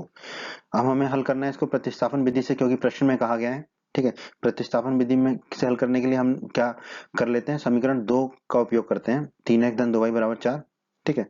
अब हम क्या करेंगे, जो x का मान है, ठीक है, उसको दाईं तरफ ले जाएंगे, एक्स एक्स एक्स का पद क्या है तीन एक्स, तो तीन एक्स को दाईं तरफ ले जाएंगे तो माइनस का हो जाएगा, तो बाईं तरफ क्या हो जाएगा दो वाई, तो दो वाई बराबर क्या होगा चार माइनस तीन एक्स, तो चार माइनस तीन एक्स हो गया। अब ये दो वाई है तो दो को दाईं तरफ ले जाएंगे तो बट्टे में हो जाएगा, तो वाई बराबर कितना मिल जाएगा हमें, चार माइनस तीन एक्स बटे दो, ठीक है। अब ये जो y का मान आया है इसे हम समीकरण एक में रख देंगे, दो में तो नहीं रख सकते क्योंकि दो से तो निकाला ही है ये, तो y का मान समीकरण एक में रख देते हैं। समीकरण एक है हमारा आठ एक्स धन पांच वाई बराबर नौ, y की जगह रख देंगे चार माइनस तीन एक्स बटे दो, चार माइनस तीन एक्स बटे दो रख देंगे, ठीक है। तो आठ एक्स तो वही रहा, पांच वाई है तो पांच गुणा चार माइनस तीन एक्स बटे दो लिख दिया बराबर नौ, ठीक है। अब ये आठ एक्स के बटे में कुछ भी नहीं है, तो आठ एक्स का गुणा दो से कर देंगे तो दो गुणा आठ एक्स, तो पूरे के बटे में दो आ जाएगा, ठीक है, पूरे के बटे में दो, और ऊपर क्या है पांच गुणा चार एक्स, चार माइनस तीन एक्स और बराबर में नौ है, ठीक है। अब दो गुणा आठ एक्स कितना हो जाएगा हमारा सोलह एक्स, ठीक है, पांच गुणा चार हो जाएगा बीस, और पांच गुणा माइनस तीन हो जाएगा माइनस पंद्रह एक्स, और ये जो दो है उसे दाईं तरफ ले जाएंगे तो ऊपर चला जाएगा, नौ से गुणा हो जाएगा, नौ गुणा दो, ठीक है। सोलह एक्स में से पंद्रह एक्स जाएगा तो कितना बचेगा एक्स, ठीक है, और ये बीस है ही, और नौ गुणा दो कितना हो जाएगा अठारह। अब ये बीस को दाईं तरफ ले जाएंगे तो ऋण का हो जाएगा, तो x बराबर कितना होगा अठारह माइनस बीस, अठारह में से बीस गया तो कितना बचेगा माइनस दो, x बराबर आ गया हमारा माइनस दो। अब ये x बराबर माइनस दो का मान हम कहीं भी रख सकते हैं, समीकरण एक या समीकरण दो, ठीक है, हम रख देते हैं समीकरण दो में, ठीक है। समीकरण दो है हमारा तीन एक्स धन दो वाई बराबर चार, एक्स की जगह रख देंगे माइनस दो, तो ये हो जाएगा तीन गुणा माइनस दो धन दो वाई बराबर चार, वैसे की वैसे ही लिख दिया, तीन गुणा माइनस दो हो जाएगा हमारा माइनस छह, तो ये होगा माइनस छह धन दो वाई बराबर चार। अब माइनस छह को दाईं तरफ ले जाएंगे तो धन का छह हो जाएगा, तो दो वाई बराबर कितना बचेगा चार धन छह, चार धन छह, चार और धन छह कितना होता है दस, दो वाई बराबर हो जाएगा दस, दो को दाईं तरफ ले जाएंगे तो बटे में चला जाएगा, तो वाई बराबर हो जाएगा दस बटे दो, ठीक है। दस में दो का भाग देंगे तो y प्राप्त हो जाएगा हमें पांच, x तो माइनस दो मिला था, y मिल गया पांच, ठीक है। तो ये उत्तर हो गया हमारा प्रतिस्थापन विधि से। अब हम इसी प्रश्न को हल करेंगे वज्र गुणन विधि से। तो अब इस प्रश्न को हम वज्र गुणन विधि से हल कर लेते हैं, जैसा हमें प्रश्न में कहा गया है, ठीक है। तो वज्र गुणन विधि से हल करने के लिए हमें क्या करना होता है, सभी पदों को पहले बाईं तरफ लिखना होता है, ठीक है। तो वज्र गुणन विधि से हल करेंगे तो आठ एक्स धन पांच बाई नौ को बाईं तरफ ले जाएंगे तो माइनस नौ बराबर शून्य, ठीक है। इसको हम मान लेंगे समीकरण तीन। ये वज्रगुणन विधि के लिए ये आवश्यक है कि सभी पद बाईं तरफ हो, बराबर में शून्य हो। यही हम करेंगे समीकरण दो के लिए, तो चार जो है बाईं तरफ आके माइनस चार हो जाएगा, तो तीन एक्स धन दो वाई माइनस चार बराबर शून्य हो जाएगा, इसे हम मान लेंगे समीकरण चार, ठीक है। अब समीकरण तीन में जो है आठ एक्स, तो एक्स का गुणांक कितना है आठ, तो ए वन हो जाएगा हमारा आठ, फिर धन पांच वाई, तो वाई का गुणांक है पांच, तो बी वन हो जाएगा पांच, माइनस नौ, तो सी वन हो जाएगा, अचर पद नौ है तो सी वन हो जाएगा हमारा माइनस नौ, ठीक है, अचर पद -9 है तो C1 हो जाएगा हमारा -9। अब समीकरण 2 में चलते हैं, 3x, तो x का गुणांक कितना है 3, तो A2 हो जाएगा 3, धन 2y, y का गुणांक है 2 तो B2 हो जाएगा 2, -4, अचर राशि है -4 तो C2 हो जाएगा हमारा -4। ठीक है, अब दोस्तों अध्याय 3 के परिचय के वीडियो में हमने ये सूत्र पढ़ा था, x बटे B1C2 माइनस B2C1 बराबर y बटे C1A2 माइनस C2A1 बराबर 1 बटा A1B2 माइनस A2B1। एक एक करके मान रख लेते हैं। तो x बटे B1C2, B1 है 5, C2 है -4, तो 5 गुणा -4, फिर माइनस का चिन्ह है तो माइनस का चिन्ह लगा दिया। फिर B2C1, B2 है 2, C1 है -9, तो हमने लिख दिया 2 गुणा -9। ठीक है, अब y बटे क्या, C1A2, C1 है -9, A2 है 3, तो -9 गुणा 3, माइनस का चिन्ह है तो माइनस का चिन्ह लगा दिया। फिर है C2A1, C2 है -4 और A1 है 8, तो -4 गुणा 8 लिख दिया। फिर 1 बटा A1B2, A1 है 8, B2 है 2, तो 8 गुणा 2, माइनस का चिन्ह है तो माइनस का चिन्ह लगा दिया। A2B1, A2 है 3, B1 है 5, तो 3 गुणा 5 कर दिया। ठीक है, अब जो एक के बटे में जो है उसको हल कर लेते हैं। 1 बटे 8 गुणा 2 कितना हो जाएगा 16, तो हमने लिख दिया 16, माइनस 3 गुणा 5 15 हो जाएगा, 15 लिख दिया। 16 में से 15 जाएगा तो बचेगा 1, तो ये हो जाएगा 1 बटे 1, 1 बटे 1 होता है 1। ठीक है, अब x के जो बटे में उसको हल कर लेते हैं। 5 गुणा -4 -20 हो जाएगा, 5 चौके 20 -20, ये -2 गुणा -9 धन का 18 हो जाएगा। ठीक है, फिर ये y बटे -9 गुणा 3 -27, 9 27 होता है तो माइनस का चिन्ह आ जाएगा। फिर ये माइनस का चिन्ह बाहर है, ये माइनस से माइनस कटेगा और 8 चौक कितना हो जाएगा 32, तो धन के 32 हो जाएगा, बराबर 1 हम निकाल चुके हैं, ये बराबर 1 कर दिया। अब x बराबर -20 धन 18 कितना होगा -2, तो ये हो जाएगा x बटे -2। और y में कहता है -27 धन 32, तो 32 में से 27 जाएगा तो बचेगा 5, तो y बटे 5 बराबर में 1 है ये हमारा। ठीक है, अब हम क्या करेंगे, x बटे -2 बराबर 1 लिख देंगे। x बटे -2 बराबर 1 लिखा, -2 जाएगा ऊपर दाईं तरफ, तो x बराबर हमें कितना मिल जाएगा -2। उसी प्रकार y बटे 5 बराबर लिख देंगे 1, y बटे 5 बराबर 1 लिख दिया, 5 दाईं तरफ जाएगा तो ऊपर चला जाएगा, तो y बराबर हमारा आ जाएगा 5। ठीक है, तो यही हमारा उत्तर होगा।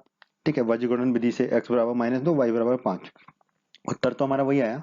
ठीक है, कौन सी विधि आपको अधिक उपयुक्त लगी दोस्तों? व्यक्तिगत रूप से मुझे तो प्रतिस्थापन विधि और विलोपन विधि ज्यादा उपयुक्त लगती है वज्रगुणन विधि से। और बात करें अगर प्रतिस्थापन विधि और विलोपन विधि में, तो उसमें भी मुझे विलोपन विधि अधिक उपयुक्त लगती है, पर अलग अलग लोगों को अलग अलग विधियां उपयुक्त लग सकती हैं। ठीक है, पर हमने तीनों विधियां सीख ली हैं, प्रतिस्थापन विधि भी, विलोपन विधि भी और वज्रगुणन विधि भी। आपको जो उपयुक्त लगे आप उस विधि का उपयोग कर सकते हैं, अगर विधि के बारे में कुछ ना कहा गया हो। लेकिन ये अगर प्रश्न में कहा गया है कि प्रतिस्थापन विधि से हल करना है वज्रगुणन से, तो आपको उन्हीं विधियों से हल करना होगा, तभी आपको अंक मिलेंगे। ठीक है, तो प्रश्न 3 में इतना ही है दोस्तों।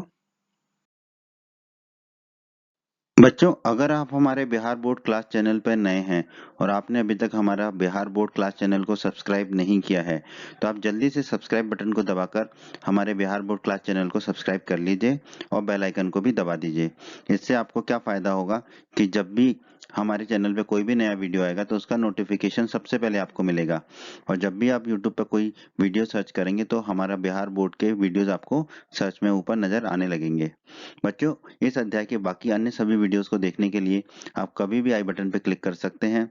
आई बटन पर क्लिक करने से आपको इस अध्याय के सभी वीडियोस के लिंक मिल जाएंगे। प्रश्न 4 दोस्तों, प्रश्न 4 के जो है 5 भाग है, हम सभी भागों को हल करेंगे। ठीक है, प्रश्न 4 में हमसे कहा गया है निम्न समस्याओं में रैखिक समीकरणों के युग्म बनाइए। ठीक है, तो हमें 5 समस्या दी गई है, सबके रैखिक समीकरणों के युग्म बनाने हैं, अर्थात हमें 2 रैखिक समीकरण बनाने हैं और उनके हल यदि उनका अस्तित्व हो तो किसी बीजगणितीय विधि से ज्ञात कीजिए। तो यहाँ पर कह दिया गया है कि किसी भी बीजगणितीय विधि से हम हल ज्ञात कर सकते हैं, प्रतिस्थापन विधि से भी कर सकते हैं, विलोपन विधि से भी कर सकते हैं और वज्रगुणन विधि से भी कर सकते हैं। ठीक है, जो भी हमें आसान लगेगी। दोस्तों, व्यक्तिगत रूप से वज्रगुणन विधि को मैं ज्यादातर इस्तेमाल नहीं करता हूं, तो हम इन प्रश्नों को प्रतिस्थापन विधि से और अधिक से अधिक प्रश्नों को जो है विलोपन विधि से हल करेंगे। ठीक है, जो भी आसान लगेगा उससे हल करेंगे। ठीक है, तो आ जाते हैं हम प्रश्न के पहले भाग पर। प्रश्न के पहले भाग में हमसे कहा गया है एक छात्रावास, छात्रावास मतलब हॉस्टल होता है जहां बच्चे रहते हैं, एक छात्रावास के मासिक व्यय का एक भाग नियत है। ठीक है, मतलब छात्रावास जो हॉस्टल में जो बच्चे रहते हैं उसका जो मासिक व्यय है, मतलब महीने का जो किराया है, उसका एक भाग नियत है, मतलब फिक्स है, तथा शेष इस पर निर्भर करता है कि छात्र ने कितने दिन भोजन लिया। तो मान लीजिए आप हॉस्टल में रहते हैं छात्र, ठीक है, तो वहां पर मान लेते हैं कि किराया, घर रहने का, कमरे का किराया नियत है और बाकी इस बात पर निर्भर करता है कि कितने दिन भोजन लिया, खाना खाया। ठीक है, जब एक विद्यार्थी ए को 20 दिन भोजन करता है तो 1000 रुपए छात्रावास के व्यय के लिए अदा करने पड़ते हैं। ठीक है, तो 20 दिन खाना खाता है तो उसे नियत किराया और 20 दिन के खाने का जो है 1000 रुपए देने पड़ते हैं। जबकि एक विद्यार्थी बी है जो 26 दिन खाना खाता है तो उसे कितने रुपए व्यय करने पड़ते हैं? 1180 रुपए छात्रावास के लिए। यानी कि उसे जो नियत किराया देना पड़ता है और 26 दिन का खाने का देना होता है, तो वो हो जाता है 1180 रुपए।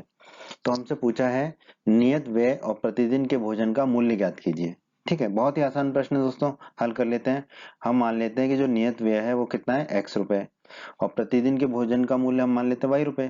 ठीक है, नियत खर्चा मतलब मान लो कमरे का खर्चा, महीने का किराया x रुपए है, और हर दिन के खाने का मूल्य कितना है? y रुपए हर दिन के।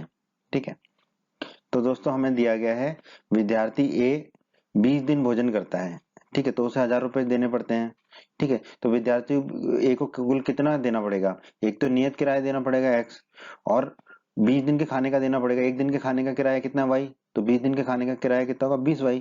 तो x धन 20y हो जाएगा 1000 रुपए, क्योंकि नियत किराया तो देना ही है किसी कोई भी विद्यार्थी। और फिर जितने दिन खाना खाना खाया उतने दिन का भोजन का मूल्य देना होगा, और प्रतिदिन भोजन का मूल्य y। तो अगर इसने 20 दिन खाना खाया तो कुल कितने दिन खाने का देना पड़ेगा? इसको 20 गुणा y देना पड़ेगा, क्योंकि हर दिन खाने का मूल्य है y।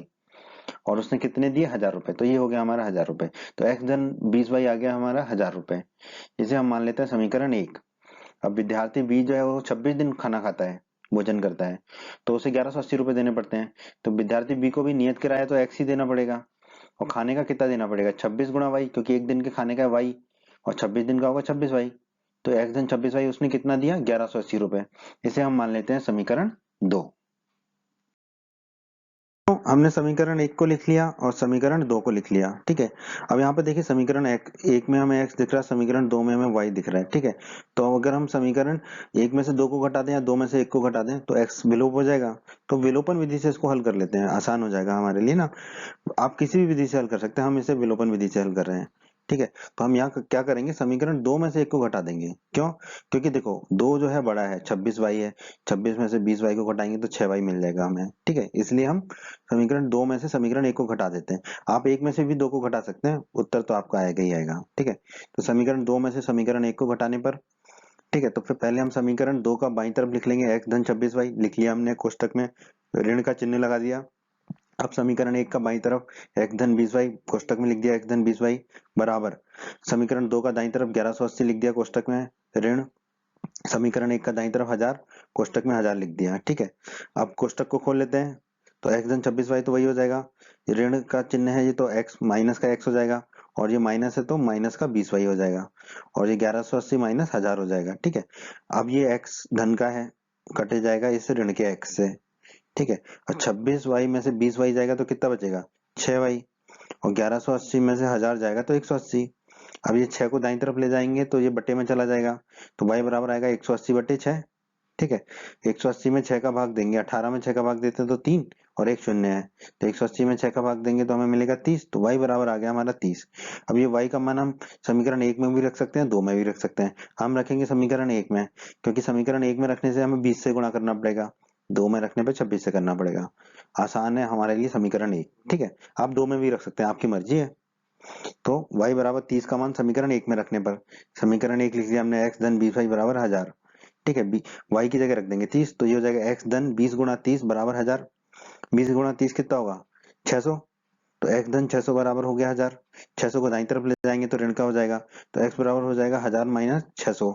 1000 में से 600 जाएंगे तो बचेंगे 400, तो x हमारा आ जाएगा 400। ठीक है, x 400 आ गया, y हमारा आ गया 30। तो दोस्तों x बराबर हमने 400 निकाल लिया, y बराबर 30। हमने क्या माना था? नियत व्यय जो है वो माना था x रुपए। ठीक है, तो नियत x कितना आ गया हमारा? 400, तो नियत व्यय कितना आ जाएगा हमारा? 400 रुपए। और हमने प्रतिदिन के भोजन का मूल्य कितना माना था? y रुपए। y कितना है हमारा? 30, तो प्रतिदिन के भोजन का मूल्य कितना आ जाएगा हमारा? 30 रुपए। ठीक है, तो यही हमारा उत्तर होगा प्रश्न के पहले भाग का दोस्तों, नियत व्यय 400 रुपए और प्रतिदिन के भोजन का मूल्य 30 रुपए। अब हम चलते हैं प्रश्न के दूसरे भाग पर। 4 का भाग 2। ठीक है, इस भाग में भी हमें पहले तो रैखिक समीकरण युग्म बनाने हैं, फिर उनका हल करना है किसी भी बीजगणितीय विधि से।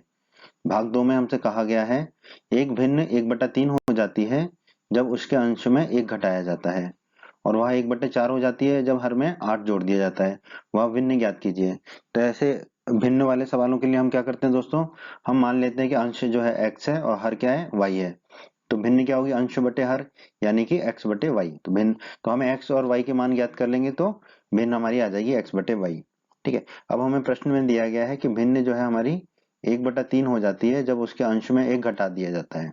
ठीक है, अंश क्या है हमारा x है, तो अगर हम x में 1 घटा दें, भिन्न हमारी x बटे y है। ठीक है, अगर वो कह रहे हैं कि भिन्न में अगर अंश में से x, भिन्न के अंश में से अगर 1 घटा दें, यानी कि x में से 1 घटा दें तो x माइनस 1 हो जाएगा।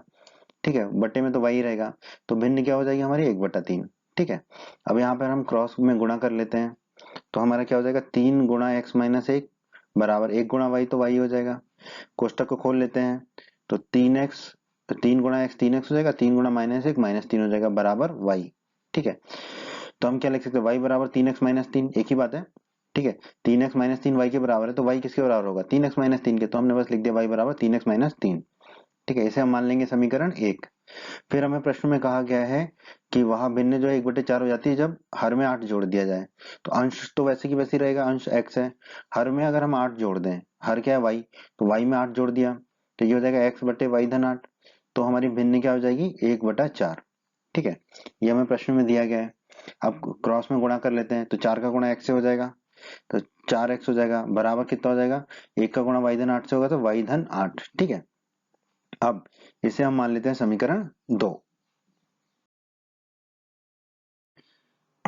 तो दोस्तों हमने समीकरण 1 और समीकरण 2 को लिख लिया यहाँ पर। ठीक है, अब जो है इसको हम हल करेंगे प्रतिस्थापन विधि से। क्यों, क्योंकि देखो हमें y बराबर 3x माइनस 3 मिल गया है, तो ये y का मान हम समीकरण 2 में रख देंगे, तो हमें x का मान ज्ञात हो जाएगा। ठीक है, हम चाहते हैं तो इसको विलोपन विधि से भी हल कर सकते हैं। ठीक है, 1 में से 2 को घटा दें, ठीक है, तो ये y भी कट सकता है। ठीक है, पर इसको हम प्रतिस्थापन विधि से कर रहे हैं, आप विलोपन विधि से भी हल कर सकते हैं। ठीक है, y बराबर 3x माइनस 3 का मान समीकरण 2 में रखने पर। ठीक है, तो हमने समीकरण 2 लिख दिया, 4x बराबर y धन 8, 4x बराबर y धन 8 लिख दिया हमने। अब ये x y का मान कितना रख देंगे, 3x माइनस 3। ठीक है, तो 4x बराबर हो जाएगा 3x माइनस 3 धन 8। ये 3x को बाईं तरफ ले जाएंगे तो ऋण का हो जाएगा, तो हमें मिलेगा ऋण का 4x माइनस 3x। अब ये देखो -3 है और ये 8 है, 8 में से 3 जाएंगे तो बच गया हमारा 5। ठीक है, अब ये 4x है, ये -3x है, तो x बच जाएगा, तो x बराबर हमारा आ गया 5। कितना आसान है। अब ये x बराबर 5 का मान हम कहीं भी रख सकते हैं, समीकरण 1 या समीकरण 2। समीकरण 1 में रखना आसान है, तो सीधा सीधा y का मान आ जाएगा, तो x बराबर 5 का मान समीकरण 1 में रख देते हैं। समीकरण 1 है हमारा y बराबर 3x माइनस 3, x बराबर रख देंगे हम 5, तो y बराबर हो जाएगा 3 गुणा 5 माइनस 3, 3 गुणा 5 होगा 15, तो y बराबर हो जाएगा 15 माइनस 3, 15 में से 3 गए तो कितना बचा हमारा 12, तो y बराबर हमारा आ गया 12, तो x आ गया 5, y आ गया 12। भिन्न क्या है हमारी, x बटे y जो हमने मानी थी। ठीक है, भिन्न है x बटे y, x है 5, y है 12, तो भिन्न हो जाएगी हमारी 5/12। तो हमारा उत्तर हो जाएगा दोस्तों 5/12। प्रश्न 4 का भाग 3। ठीक है, इस भाग में भी हमें रैखिक समीकरण के युग्म बनाने हैं और किसी भी बीजगणितीय विधि से प्रश्न को हल करना है। भाग 3 में दोस्तों हमसे कहा गया, यश ने एक टेस्ट में 40 अंक अर्जित किए जब उसे प्रत्येक सही उत्तर पर 3 अंक मिले तथा अशुद्ध अशुद्ध मतलब गलत उत्तर देने पर 1 अंक की कटौती की गई। ठीक है, यदि उसे सही उत्तर पर 4 अंक मिलते और अशुद्ध उत्तर मतलब गलत उत्तर देने पर 2 अंक काटते तो यश को 50 अंक अर्जित करता। टेस्ट में कितने प्रश्न थे। ठीक है, तो दोस्तों हम मान लेते हैं कि सही उत्तरों की संख्या उसकी कितनी थी, यश की x, और अशुद्ध यानी गलत उत्तर उसने कितने दिए, y, ये हम मान लेते हैं। तो कुल कितने प्रश्न रहे होंगे टेस्ट में, x धन y, क्योंकि उसने सही किए x और गलत अशुद्ध उत्तरों की संख्या थी y, तो टेस्ट में कुल प्रश्न हो गए x धन y।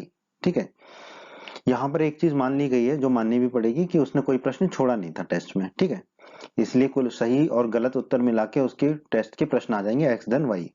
ठीक है, अब दोस्तों प्रश्न में कहा गया है, यश ने टेस्ट में 40 अंक अर्जित किए जब प्रत्येक सही उत्तर पर उसको 3 अंक मिले। कितने सही उत्तर दिए उसने, x, और हर हर सही उत्तर पर उसे 3 अंक मिले, तो कुल उसे कितने अंक मिले होंगे सही उत्तरों पर, 3 गुणा x। ठीक है, और अशुद्ध उत्तर देने पर 1 अंक की कटौती की गई, तो कितने अशुद्ध उत्तर थे उसके y, तो जो उसे अंक मिले 3x उसमें से y अंक उसके कट गए क्योंकि गलत उत्तर दिया उसने, तो 3 गुणा x तो उसे कुल अंक मिले सही उत्तर देने के, परंतु उसने कुछ प्रश्न के उत्तर गलत भी दिए थे, तो हर एक प्रश्न के उत्तर के लिए गलत उत्तर के लिए उसका 1 नंबर काटा गया, 1 अंक काटा गया, तो कुल अंक उसके कितने कट गए, y। ठीक है, और तो ऐसी स्थिति में उसको कितने अंक प्राप्त हुए थे? 40। ठीक है, इसे हम मान लेते हैं समीकरण 1। दूसरी स्थिति हमें क्या दी गई है प्रश्न में?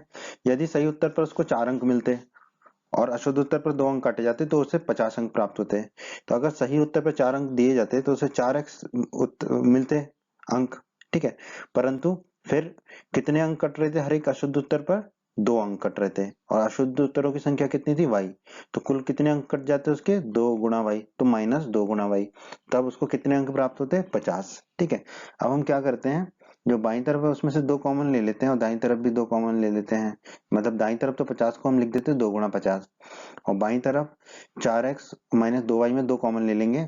तो 4x में से 2 कॉमन लेंगे तो 2x बचेगा, माइनस 2y में से 2 कॉमन लेंगे तो -y बचेगा। ठीक है, अब ये 2 से ये 2 को काट देंगे हम, ये दोनों 2 कट जाएंगे, तो हमें कितना मिल जाएगा? 2x माइनस y बराबर 25। इसे हम मान लेंगे समीकरण 2। समीकरण 1 लिख लिया और समीकरण 2 लिख लिया। ठीक है, अब देखिए समीकरण 1 में -y है, समीकरण 2 में भी -y है। ठीक है, तो अब हमारे लिए आसान है विलोपन विधि से इसको हल करना, ताकि y को हम क्या कर देंगे? विलोप कर देंगे। तो हम क्या करते हैं, समीकरण 1 में से समीकरण 2 को घटा देते हैं, क्योंकि देखो समीकरण 1 में 3x है, इसमें से 2x को घटाएंगे तो हमें सीधा सीधा x प्राप्त हो जाएगा। ठीक है, तो समीकरण 1 में से समीकरण 2 को घटाने पर, ठीक है, तो हम लिख देते हैं 1 में से 2 को घटाएंगे। ठीक है, तो पहले क्या लिख देंगे, समीकरण 1 का बाईं तरफ क्या है? 3x माइनस वाई, तो हमने कोष्टक में लिख दिया 3x माइनस वाई और माइनस का चिन्ह लगा दिया। फिर समीकरण 2 में क्या है बाईं तरफ? 2x माइनस वाई, तो हमने कोष्टक में लिख दिया 2x माइनस वाई। फिर बराबर, फिर समीकरण 1 में दाईं तरफ क्या 40, तो हमने लिख दिया 40, फिर ऋण का चिन्ह लगा दिया। समीकरण 2 में दाईं तरफ है 25, तो हमने लिख दिया 25। ठीक है, अब हम कोष्टक को खोल देंगे, 3x माइनस वाई तो वही हो जाएगा -2x, तो ये हो जाएगा -2x, और ये माइनस माइनस ये हो जाएगा धन का y। ठीक है, और 40 में से 25 गए तो 15 बचे। अब आप देखिए ये y ऋण का है और ये y जो है धन का है, तो थैंक यू वेरी मच, आपस में कट पिटे जाएंगे ये। ठीक है, अब 3x में से 2x जाएगा तो कितना बचेगा? x, तो x बराबर हमारा आ गया 15। ठीक है, very good, wonder of science. अब ये x का मान हम कहीं भी रख सकते हैं, समीकरण 1 या समीकरण 2, जहां आपकी मर्जी है। हम रख रहे हैं x बराबर 15 का मान समीकरण 2 में। ठीक है, कहीं भी रख सकते हैं, हम समीकरण 2 में रख रहे हैं। ठीक है, समीकरण 2 लिख दिया हमने, 2x माइनस वाई बराबर 25। ठीक है, x का मान रख देंगे 15, तो ये हो जाएगा 2 गुणा 15 माइनस वाई बराबर 25। 2 गुणा 15 कितना होगा? 30, तो ये हो जाएगा 30 माइनस वाई बराबर 25। अब ये 30 को दाईं तरफ ले जाएंगे तो ऋण का हो जाएगा, तो माइनस वाई बराबर कितना हो जाएगा? 25 माइनस 30, 25 में से 30 जाएगा तो -5 बचेगा, तो माइनस वाई बराबर -5, माइनस से माइनस को हम काट देंगे। ठीक है, तो y बराबर हमारा कितना आ जाएगा? 5। ठीक है, y बराबर हमारा आ जाएगा 5। तो दोस्तों x निकाल लिया हमने 15, y निकाल लिया 5। ठीक है, तो सही उत्तरों की संख्या x हो गई 15, क्योंकि सही उत्तर हमने कितने माने थे? x, और अशुद्ध उत्तर हमने माने थे y, तो अशुद्ध उत्तरों की संख्या हो जाएगी y बराबर 5। तो टेस्ट में कुल कितने प्रश्न होंगे? x धन y। ठीक है, तो टेस्ट में प्रश्न x धन y होंगे तो x और y को जोड़ देंगे, x है 15, y है 5, तो टेस्ट में प्रश्न हो जाएंगे 15 धन 5, 15 धन 5 कितना होगा? 20, तो टेस्ट में प्रश्नों की संख्या कितनी आ जाएगी? 20। तो हमारा उत्तर होगा दोस्तों प्रश्न के इस भाग का 20, कि टेस्ट में कुल 20 प्रश्न थे। बच्चों, अगर आप हमारे बिहार बोर्ड क्लास चैनल पर नए हैं और आपने अभी तक हमारा बिहार बोर्ड क्लास चैनल को सब्सक्राइब नहीं किया है, तो आप जल्दी से सब्सक्राइब बटन को दबाकर हमारे बिहार बोर्ड क्लास चैनल को सब्सक्राइब कर लीजिए और बेल आइकन को भी दबा दीजिए। इससे आपको क्या फ़ायदा होगा कि जब भी हमारे चैनल पे कोई भी नया वीडियो आएगा तो उसका नोटिफिकेशन सबसे पहले आपको मिलेगा, और जब भी आप यूट्यूब पर कोई वीडियो सर्च करेंगे तो हमारा बिहार बोर्ड के वीडियोज़ आपको सर्च में ऊपर नज़र आने लगेंगे। बच्चों, इस अध्याय के बाकी अन्य सभी वीडियोस को देखने के लिए आप कभी भी आई बटन पर क्लिक कर सकते हैं। आई बटन पर क्लिक करने से आपको इस अध्याय के सभी वीडियोस के लिंक मिल जाएंगे। प्रश्न 4 का भाग 4। ठीक है, इसमें भी हमें पहले रैखिक समीकरण युग्म बनाने हैं, अर्थात 2 समीकरण बनाने हैं और फिर किसी भी बीजगणितीय विधि से इसको हल करना है। बहुत ही मजेदार प्रश्न है दोस्तों, और बहुत ही मजेदार तरीके से हम इस प्रश्न को समझेंगे। ठीक है, क्या कहता है प्रश्न 4 का भाग 4? एक राजमार्ग को अंग्रेजी में हाईवे कहते हैं। ठीक है, एक राजमार्ग पर 2 स्थान A और B 100 किलोमीटर की दूरी पर हैं। एक कार A से तथा दूसरी कार B से एक ही समय पर चलना प्रारंभ करती हैं। यदि ये कारें भिन्न भिन्न चालों से एक ही दिशा में चलती हैं तो वे 5 घंटे पश्चात मिलती हैं। ठीक है, कि मतलब वो जो 2 कारें हैं, इसको भी हम और समझेंगे ठीक है। अगर एक ही दिशा में चलती है तो 5 घंटे के पश्चात मिल जाती हैं, और यदि वे विपरीत दिशा में चलती है, मतलब एक दूसरे की ओर चलती हैं, तो 1 घंटे पश्चात मिल जाती हैं। तो दोनों कारों की चाल ज्ञात कीजिए। ठीक है। तो देखो दोस्तों, मान लेते हैं कि जो एक कार है वो ए बिंदु पर है, ये वाली कार। ठीक है। दूसरी कार बी बिंदु पर है। ठीक है। और इन दोनों की दूरी कितनी है, ए और बी के बीच की दूरी 100 किलोमीटर हमें दे रखी है। तो हमने मान लिया ये 100 किलोमीटर की दूरी है इन दोनों के बीच की। ठीक है। अगर ये दोनों कारें एक ही दिशा में चलती हैं, ठीक है, तो 5 घंटे पश्चात एक बिंदु पर मिलती हैं। ठीक है, उसे हम मान लेते हैं सी बिंदु। ठीक है। 5 घंटे बाद मिलेंगी एक ही बिंदु पर। ठीक है, अगर ये एक ही दिशा में चलती हैं, एक ही दिशा में चलती हैं, ठीक है, तो मान लो इस तरह से वो चलती हैं और 5 घंटे बाद एक बिंदु पर मिलती है, वो बिंदु है सी। ठीक है। तो ये है प्रश्न की पहली स्थिति। दूसरी स्थिति को भी हम जानेंगे, अभी हम पहली स्थिति को जान रहे हैं कि 5 घंटे बाद जो है वो सी बिंदु पर मिलती है एक ही दिशा में चलने पर। ठीक है दोस्तों, तो हम मान लेते हैं जो कार ए से चली थी, ठीक है, उस कार के चलने की चाल है x किलोमीटर प्रति घंटा। ठीक है। और जो कार स्थान बी से चली थी उसकी चाल है y किलोमीटर प्रति घंटा। दोनों कारें कितनी चली हैं, 5 घंटे। ठीक है। तो 5 घंटे पश्चात जो है स्थान ए से चलने वाली कार द्वारा चली गई दूरी कितनी होगी, 5 गुणा x। ठीक है, क्योंकि उसकी चाल क्या है, x किलोमीटर प्रति घंटा। 1 घंटे में x किलोमीटर चल रही है, तो 5 घंटे में कितने किलोमीटर चलेगी, 5x किलोमीटर। हमने लिख दिया। ठीक है। तो अब आप देखिए ए से चलने वाली कार ने कितनी दूरी तय की, ए से सी तक गई, तो ए से सी तक की दूरी कितनी हो जाएगी, 5x किलोमीटर। ठीक है। ये जो ए ने दूरी तय की वो है 5x किलोमीटर, तो ए सी कितना हो जाएगा हमारा, 5x किलोमीटर। उसी प्रकार बी से जो कार चली थी, ठीक है, वो भी, उसको भी 5 घंटे लगे सी तक पहुंचने में, और बी से चलने वाली कार की जो चाल है वो है कितनी है, y किलोमीटर। पर चली तो ये भी 5 किलोमीटर है, 5 घंटे है, चली तो ये भी 5 घंटे है। तो 5 घंटे में इसने कितनी दूरी तय की होगी, इसकी चाल है y किलोमीटर प्रति घंटा, यानी कि 1 घंटे में y किलोमीटर, तो 5 घंटे में 5y किलोमीटर। ठीक है। तो बी से चलने वाली कार ने 5 घंटे में 5y किलोमीटर की दूरी तय की होगी। ठीक है। और बी की द्वारा तय की गई दूरी कितनी है, बी से लेके सी तक, बीसी, तो बीसी हमारा कितना आ जाएगा, 5y किलोमीटर। बीसी आ गया हमारा 5y किलोमीटर, और एसी आ गया हमारा 5x किलोमीटर, और ए बी हमें दे रखा है 100 किलोमीटर। तो दोस्तों हमने लिख लिया ए सी बराबर 5x किलोमीटर, ए से लेके सी तक 5x किलोमीटर, और बी सी, बी से लेके सी तक 5y किलोमीटर। ठीक है, ये हमने निकाला था अभी। अब आप देखिए ए सी, ए सी किसके बराबर होगा, ए बी धन बी सी। ठीक है, बहुत आसान है ये तो ए सी बराबर लिख दिया हमने ए बी धन बी सी। ए सी का मान कितना है, 5x, तो हमने लिख दिया ए सी का मान है 5x। ठीक है। ए बी कितना दे रखा है हमें, 100 किलोमीटर, ये हमें दे रखा है, ए से बी के बीच की दूरी 100 किलोमीटर, तो हमने ए बी लिख दिया 100 किलोमीटर। और बी सी हमारा कितना आया था, 5y किलोमीटर, तो बी सी की जगह हम क्या रख देंगे, 5y। ठीक है। अब हम क्या करेंगे, जो 5y है उसको दाईं तरफ, बाईं तरफ ले जाएंगे, 5y को तो ऋण का हो जाएगा, तो 5x माइनस 5y बराबर 100 हो जाएगा हमारा। ठीक है। अब हम क्या करते हैं, 5 कॉमन ले लेते हैं। ठीक है। तो तो 5x में से 5 कॉमन लेंगे तो x बचेगा, और माइनस 5y में से 5 कॉमन लेंगे तो माइनस y बराबर 100। ठीक है। अब क्या करते हैं, 5 को दाईं तरफ ले आते हैं तो बट्टे में आ जाएगा, तो x माइनस वाई बराबर हो जाएगा 100/5। 100 में 5 का भाग देंगे तो हमें 20 मिलेगा, तो x माइनस वाई बराबर हमें मिलेगा 20। इसे हम मान लेते हैं समीकरण 1। आइए अब हम दूसरी स्थिति की चर्चा कर लेते हैं, जो प्रश्न में दिया गया है कि यदि वे कार विपरीत दिशा में चलती हैं तो 1 घंटे पश्चात मिलती हैं। ठीक है। तो 1 घंटे पश्चात मिलती हैं, अगर विपरीत दिशा में चलती है मतलब एक दूसरे की तरफ चलती हैं। ठीक है। तो मान लेते हैं एक दूसरे की तरफ चलने पर वो डी बिंदु पर मिलेंगी। ठीक है। तो एक दूसरे की तरफ चला देते हैं उनको, एक दूसरे की तरफ चली विपरीत दिशा में, तो वो डी बिंदु पर मिली, कब, 1 घंटे बाद। हम पहले ही मान चुके हैं ए स्थान से चलने वाली कार की चाल x किलोमीटर प्रति घंटा है, और बी स्थान से चलने वाली कार की चाल y किलोमीटर प्रति घंटा है। ठीक है। अब दोनों कारें कितनी चली हैं, 1 घंटा चली हैं। ठीक है। तो 1 घंटे पश्चात जो ए से चली थी कार, उसने कितनी दूरी तय की होगी, अगर उसकी चाल x किलोमीटर प्रति घंटा है, मतलब हर घंटे में x किलोमीटर चल रही है, तो 1 घंटे में x किलोमीटर चली होगी। तो स्थान ए से चलने वाली कार द्वारा चली गई दूरी कितनी होगी, x किलोमीटर। और ए से चलने वाली कार ने कितनी दूरी तय की है, ए से लेकर डी तक, यानी कि ए डी बराबर हमारा आ जाएगा x किलोमीटर। उसी प्रकार स्थान बी से चलने वाली कार की जो चाल है वो है y किलोमीटर प्रति घंटा, यानी कि हर 1 घंटे में y किलोमीटर चल रही है, तो 1 घंटे बाद वो कितनी दूरी चली होगी, y किलोमीटर। ठीक है। तो स्थान बी से चलने वाली कार द्वारा चली गई दूरी कितनी होगी, y किलोमीटर। ठीक है।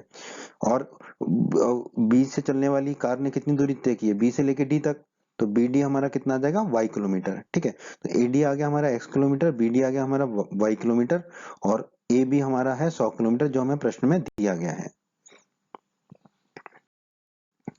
तो दोस्तों हमने ए डी लिख लिया एक्स किलोमीटर, ए डी ये, और बी डी लिख लिया वाई किलोमीटर जो अभी अभी हमने निकाला है, और हमने एक समीकरण एक निकाला था x माइनस वाई बराबर 20, उसको भी लिख लिया।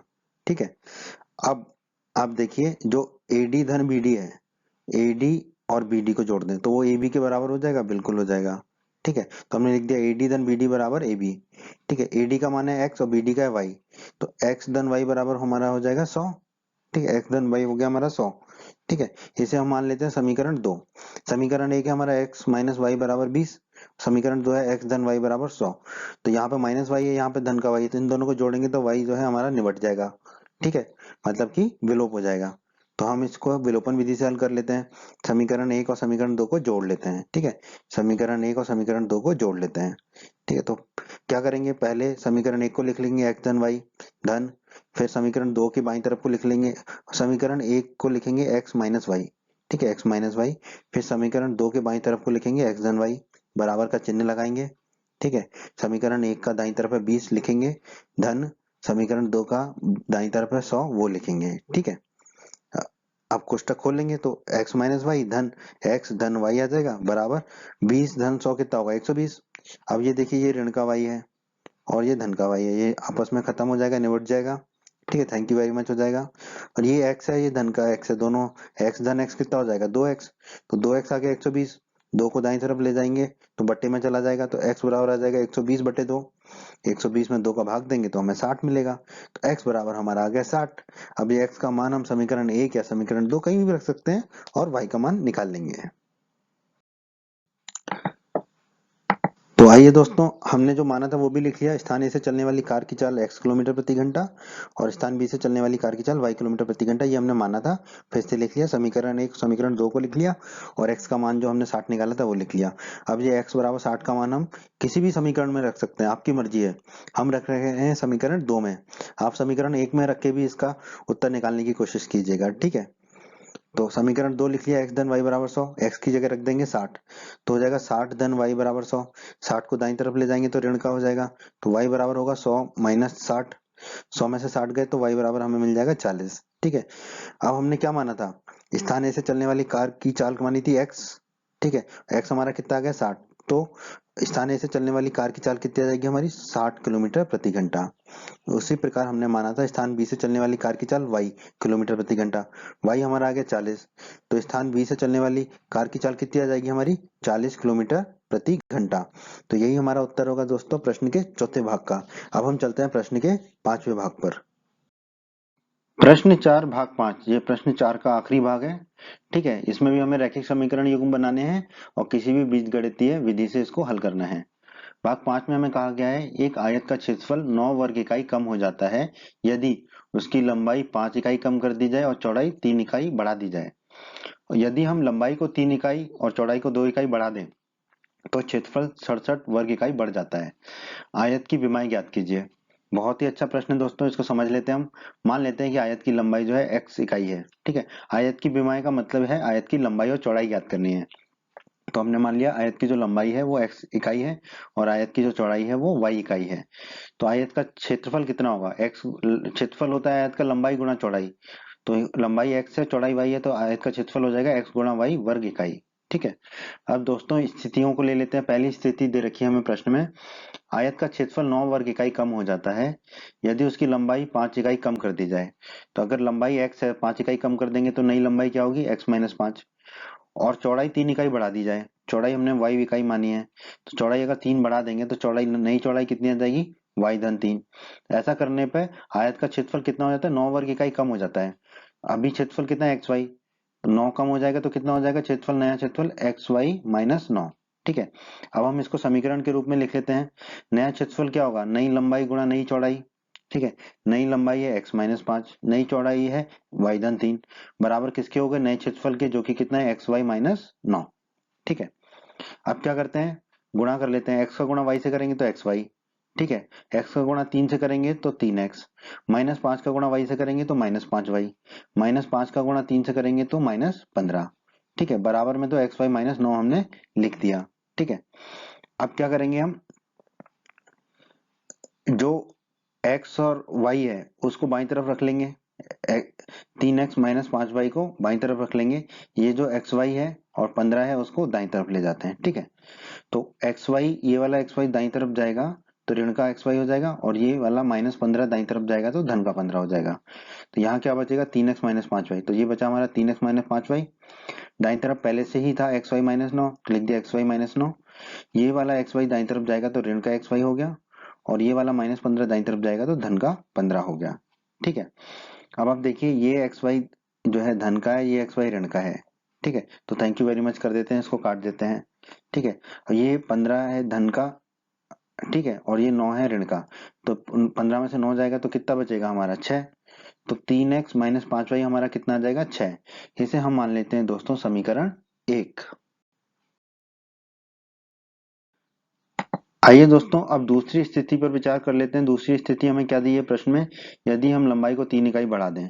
ठीक है, तो लंबाई x है, 3 इकाई बढ़ाएंगे तो लंबाई कितनी हो जाएगी, नई लंबाई x धन 3, और चौड़ाई को 2 इकाई बढ़ा दें। चौड़ाई कितनी है हमारी y, 2 इकाई बढ़ा देंगे तो चौड़ाई हो जाएगी y धन 2। तो क्षेत्रफल 67 वर्ग इकाई बढ़ जाता है। अभी क्षेत्रफल xy है, तो नया क्षेत्रफल कितना हो जाएगा xy धन 67। ठीक है, तो नया क्षेत्रफल क्या होना चाहिए दोस्तों, नई लंबाई गुणा नई चौड़ाई। ठीक है, तो नई लंबाई है x धन 3 गुणा नई चौड़ाई है y धन 2, लिख दिया, बराबर नया क्षेत्रफल जो कि xy धन 67 है। अब गुणा कर लेते हैं, x का गुणा y से करेंगे तो xy, x का गुणा 2 से करेंगे तो 2x धन 2x, 3 का गुणा y से करेंगे तो धन 3y, 3 का गुणा 2 से करेंगे तो 3 दूनी 6 धन 6, बराबर xy धन 67। ठीक है, अब क्या करते हैं हम, यहाँ पर जो xy है, ये जो 2x और 3y है इसको बाईं तरफ ही रखते हैं, तो हमने लिख दिया 2x धन 3y। ठीक है, दाईं तरफ xy धन 67 है, xy बराबर xy धन 67 लिख दिया हमने। अब ये जो xy है इसको दाईं तरफ ले गए तो ऋण का xy हो गया, उसी प्रकार 6 को दाईं तरफ ले जाएंगे तो ऋण का 6 हो जाएगा। अब देखिए ये xy धन का है, ये xy ऋण का है, थैंक यू वेरी मच, आपस में कट जाएंगे। ठीक है, अब ये 67 धन का है, ये 6 ऋण का है, तो 67 में से 6 जाएगा तो 61 बचेगा, तो 2x धन 3y हमारा आ जाएगा 61, जिसे हम मान लेते हैं समीकरण 2। दोस्तों हमें समीकरण 1 और समीकरण 2 मिल गए। ठीक है, अब हम इसे किसी भी बीजगणितीय विधि से हल कर सकते हैं। ठीक है, मेरी तो जो फेवरेट है वो है विलोपन विधि। ठीक है, तो मैं तो इसे विलोपन विधि से हल कर रहा हूँ, आप चाहें तो प्रतिस्थापन विधि से भी हल कर सकते हैं, वज्रगुणन से भी हल कर सकते हैं, मर्जी आपकी है। तो विलोपन विधि से मैं बता देता हूँ इसको कैसे हल करेंगे। ठीक है, अब यहाँ पर देखिए ये 5y है माइनस का, और ये है 3y, तो अगर 3y में 5 का गुणा कर दें तो 15y हो जाएगा, और 5y में 3 का गुणा कर दें तो 15y हो जाएगा, फिर दोनों को जोड़ देंगे तो y विलुप्त हो जाएगा। क्या करते हैं, समीकरण 1 में 3 का गुणा कर लेते हैं। ठीक है, तो 3 गुणा 3x माइनस 5y बराबर 3 गुणा 6, 3 गुणा 3x हो जाएगा 9x, 3 गुणा माइनस 5y हो जाएगा -15y, बराबर 3 गुणा 6 हो जाएगा 18। ठीक है, इसे हम मान लेंगे समीकरण 3। अब क्या करते हैं, हम समीकरण 2 में जो है 5 का गुणा कर लेते हैं। समीकरण 2 में 5 का गुणा करने पर, ठीक है, 5 गुणा 2x धन 3y, लिख दिया हमने 2x धन 3y, बराबर 5 गुणा 61, 5 गुणा 61, 5 गुणा 2x हो जाएगा हमारा 10x, और धन 5 गुणा 3y हो जाएगा हमारा 5 या 15y, बराबर 5 गुणा 61 हो जाएगा हमारा 305। इसको हम मान लेते हैं समीकरण 4। अब ये दोनों समीकरणों को हम जोड़ देंगे तो 15y हमारा उड़ जाएगा। ठीक है, तो समीकरण 3 और समीकरण 4 को जोड़ने पर, ठीक है, जोड़ देते हैं समीकरण 3 और समीकरण 4 को। ठीक है, समीकरण 3 का बाईं तरफ लिख देंगे हम पहले, समीकरण 3 का बाईं तरफ है 9x माइनस 15y, हमने लिख दिया, धन समीकरण 4 का बाईं तरफ है धन 10x धन 15y, तो हमने लिख दिया 10x धन 15y, बराबर समीकरण 3 का दाईं तरफ क्या है 18, लिख दिया 18, धन समीकरण 4 का दाईं तरफ क्या है 305, हमने लिख दिया 305। ठीक है, कोष्टक खोल लेते हैं, तो 9x माइनस 15y धन 10x धन 15y बराबर 18, जोड़ेंगे 305 में तो 323 आ जाएगा हमारा। ठीक है, अब ये देखिए ये 15 माइनस 15y ऋण का, और ये 15y धन का, दोनों आपस में उड़ जाएंगे। 9x धन 10x कितना बचेगा हमारा 19x, बराबर 323। ठीक है, 19 दाईं तरफ जाएगा तो बट्टे में हो जाएगा, तो x बराबर होगा हमारा 323/19। 323 में दोस्तों आप 19 का भाग देंगे तो आपको प्राप्त होगा 17। x बराबर हमें मिल गया 17। अब ये x का मान हम समीकरण 1 या समीकरण 2 किसी में भी रख के y का मान ज्ञात कर लेंगे। हमने समीकरण 1 और समीकरण 2 को दोबारा लिख लिया, ठीक है। और जो है x बराबर 17 हम निकाल चुके हैं। अब ये x बराबर 17 का मान हम किसी भी समीकरण में रख सकते हैं और y का मान निकाल लेंगे। तो हम रख रहे हैं x बराबर 17 का मान समीकरण 1 में, ठीक है। मर्जी आपकी, आप कहीं पे भी रख सकते हैं। तो समीकरण 1 है हमारा 3x माइनस 5y बराबर 6। x बराबर हम 17 रख देंगे तो 3x हो जाएगा 3 गुणा 17 माइनस 5y बराबर 6, वैसे की वैसे ही रहेगा। 3 गुणा 17 17 51 होता है, तो 51 माइनस 5y बराबर 6। अब 51 को हम दाईं तरफ ले जाएंगे तो ऋण का हो जाएगा, तो माइनस 5y बराबर हो जाएगा 6 माइनस 51, ठीक है। 6 में से 51 को घटाएंगे तो हमें मिलेगा माइनस 45।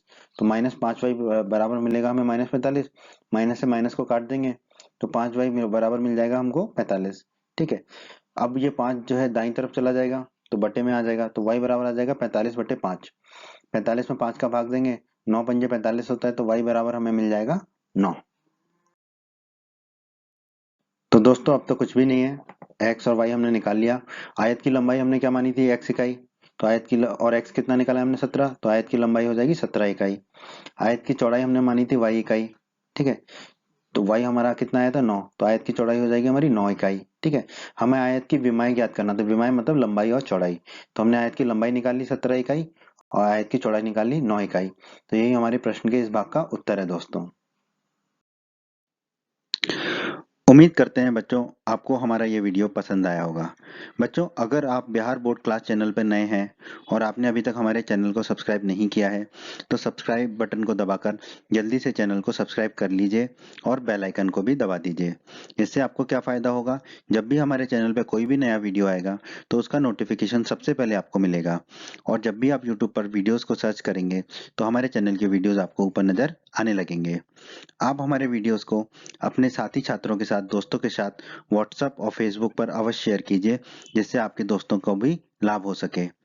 आपको वीडियो पसंद आया है तो वीडियो को लाइक अवश्य करें और इस अध्याय के अन्य सभी वीडियोस को देखने के लिए आई बटन पर क्लिक करें।